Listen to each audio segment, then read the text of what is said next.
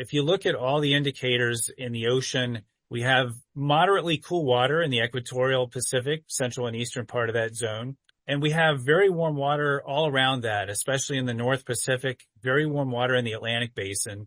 And all the signs are still pointing toward at least a La Nina-esque winter, even if we don't meet that official definition.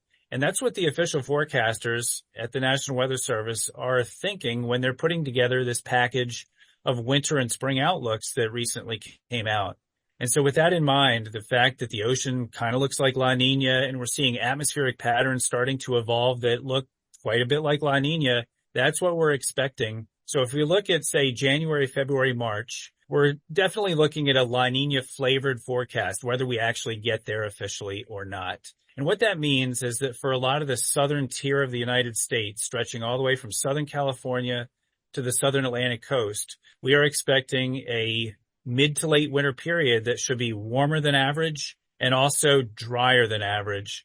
And so all I can say about that is that it's a good thing we had a wet November across the central and southern Great Plains, because that is money in the bank in terms of soil moisture replenishment if we go into this expected mild, dry pattern through the winter and into the spring. So we've got a situation that has improved, but for the southern tier of the U.S., it may not get much better at this point, especially if this La Nina-esque forecast materializes.